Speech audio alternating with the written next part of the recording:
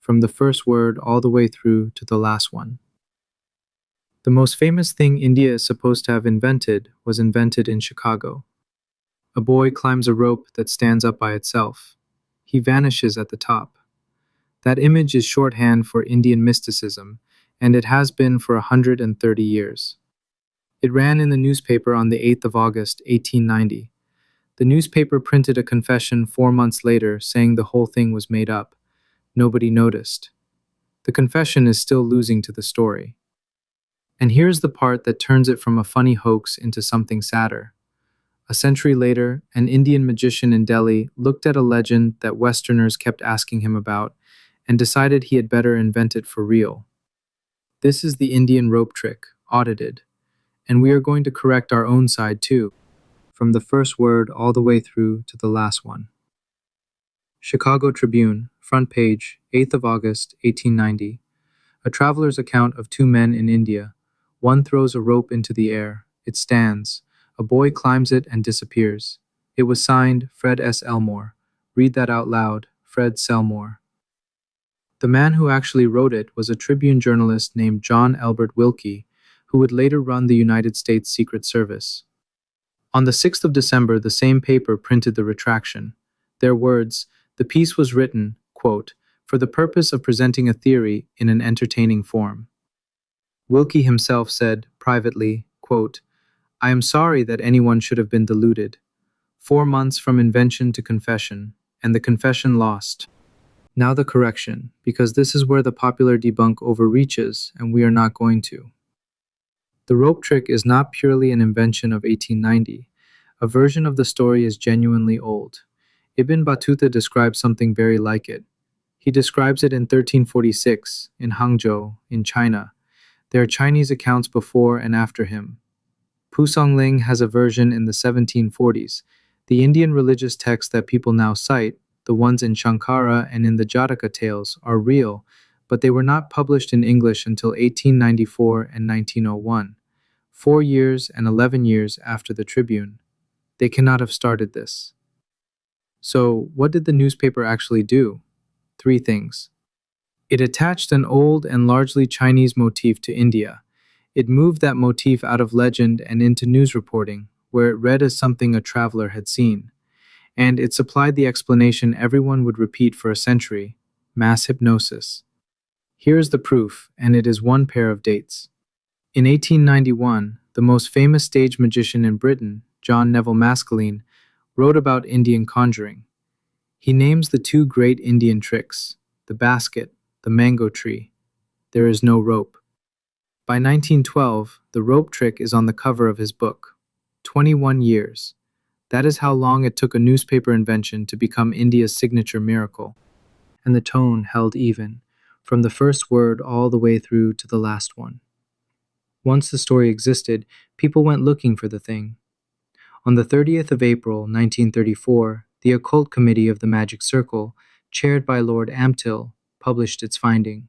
It offered a reward for anyone who could perform the trick in the open air, 500 guineas. Nobody ever claimed it.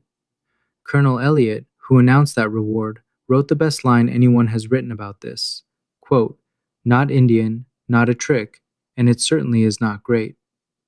All then that remains is the rope, given enough of which it hangs itself. And then there is the explanation. For 100 years, the standard answer to how the rope trick worked was mass hypnosis, a fakir putting a vision into an entire crowd at once. Look at where that explanation came from. It came from the Tribune. It was in the Hoax. So for a century, the leading scientific explanation for the trick was the fake explanation, invented in the same article as the fake event. And it does not survive contact with the details. Colonel Elliot pointed out that many of the supposedly hypnotized witnesses did not speak the language the performer was speaking. Hypnotized people also tend not to come away with a clear memory of the trance. But the best objection was written in 1922 by a man named Branson, and it is a question rather than an argument. If a man could really plant a vision like that in a crowd, quote, why does he not make people see him as Dr. Bernardo asking for funds for charities? His limitations are unbounded, yet he sticks to this absurd rope and the boy climbing up it. Now, the part where we audit the debunkers, including the version of this story we might have told you. There is a famous account that Lord Northbrook offered an enormous sum for the trick in the 1870s. It has no source. It does not appear in his biography, nor in the diary of the correspondent who covered that tour, and the sum quoted is about a sixth of the entire budget for the royal visit. It appears to be a fabrication, layered on top of a fabrication. The famous photograph of the trick, published in 1919, is a bamboo pole. The photographer admitted it. A film that circulated in the 1930s showing the trick performed for the army was hoaxed, and the reward is very often quoted as £25,000. It was 500 guineas, from the first word all the way through to the last one. Which brings us to Delhi, and a magician named Ishamuddin Khan.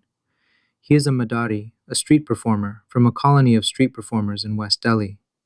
Foreigners kept asking him about the rope trick. An American academic, Lee Siegel, came to stay with him for research and told him the legend still fascinated the West. Ishamuddin could not read English at the time. He was shown a page describing prize money, so he set out to build it. Not the version with the boy vanishing into the sky, but a real rope, standing up, climbed, outdoors. It took him about 6 years. It was funded by a moneylender and by his mother and his wife, who picked rags. On the 24th of July, 1995, he performed it at the Qutub Minar. The prizes he had been shown, $10,000 from one body and 20-odd thousand pounds from another, did not exist in that form. The real offer had been 500 guineas in 1934, and the organizations behind it were long gone. In his words, quote, "They said this reward was announced very long ago. The organizations that offered this reward have been dissolved. No one is there, so no reward." He was left about $7,000 in debt to the moneylender. The historian who has done more than anyone to expose the hoax went to watch him perform it, and was clear about what he had achieved. Not the impossible version, but further than anyone else, and succeeding where others had failed. His own account of the legend, quote, "It was just a story that was used to attract people, but I found that it was a big attraction for the world, so I invented it." Read that sentence again. An Indian magician invented the Indian rope trick in 1995, because the world had spent a century insisting he already had it. He is well known in Europe and in Japan. In Delhi, he is anonymous, from the first word all the way through to the last one. So the account. A motif that is genuinely old and mostly Chinese. A Chicago newspaper that attached it to India in 1890 and confessed in December. A confession nobody read. A committee offering 500 guineas that nobody could win. A photograph that was a pole. A reward figure inflated 50 times in the retelling. And a man in Delhi who finally built the thing and got a debt for it. The trick was never India's. The expectation was, and India ended up paying for it. Tareekh ka Hisaab. History audited. Hisaab abhi baki hai.